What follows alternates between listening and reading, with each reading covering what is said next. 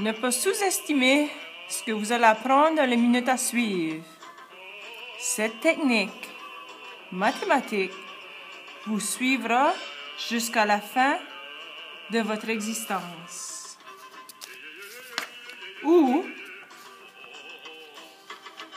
jusqu'à la mathématique 12e année, l'université, le collège, si vous êtes des charpentiers ou dans les métiers, dans la vie de tous les jours. C'est aussi important que additionner, soustraire, diviser et multiplier. Avant de commencer, comment savoir si tu es un ou une adulte? Tu as ton permis de conduire, tu es marié, tu as des enfants, tu travailles pour gagner ta vie. Tu peux résoudre des équations à l'aide de l'algèbre.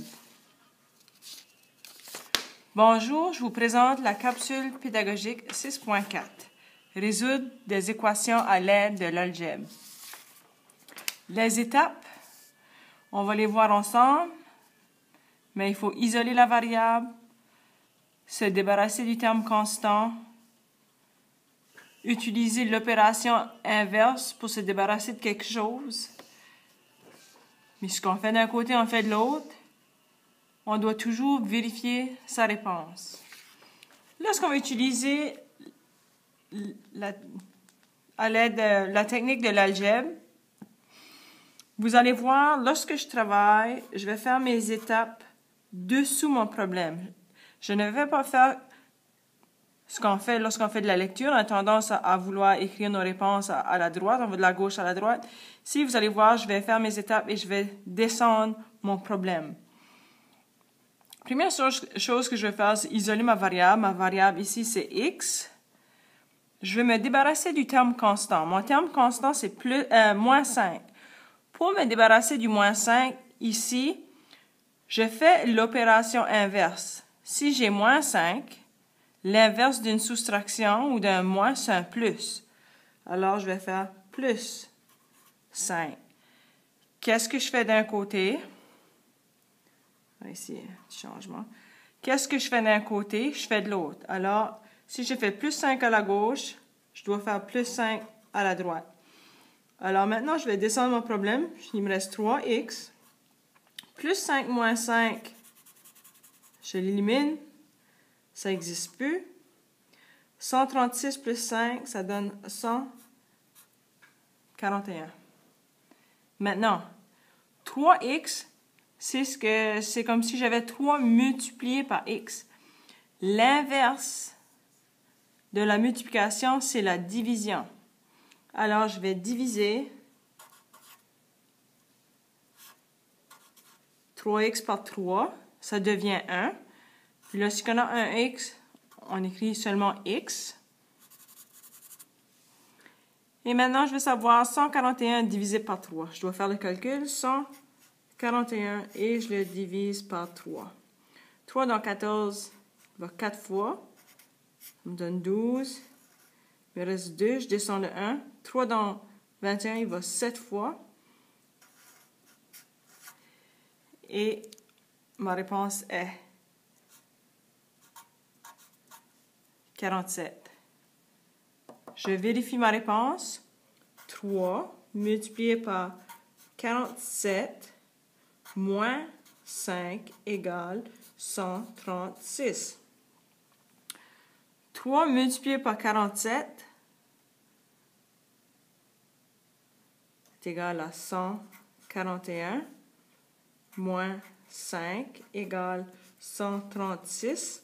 141 moins 5 est 136 égale 136. Et comme vous pouvez voir, j'ai la bonne réponse. Si jamais mon calcul n'était pas bon, et à la fin j'ai 126 égale à 136, c'est comme ça que je fais pour savoir que mon calcul n'est pas bon. Un autre exemple, et le dernier. J'ai 3 de plus que 2 fois un nombre qui donne 27. 3 de plus plus 3. De plus, c'est comme additionner. 3 de plus que 2 fois. 2 fois, c'est multiplié par 2. Un nombre. Je vais lui donner la variable t. Donne égale 27. Je vais écrire une équation. Je vais écrire mon équation. J'ai 2t, parce que j'ai 2 fois un nombre, alors 2t plus 3 égale 27. Alors, je veux me débarrasser de mon terme constant. C'est un plus 3. Alors, je vais faire moins 3. Qu'est-ce que je fais d'un côté? Je fais de l'autre. Alors, je fais moins 3 à la gauche. Je vais faire moins 3 à la droite. 2t égale...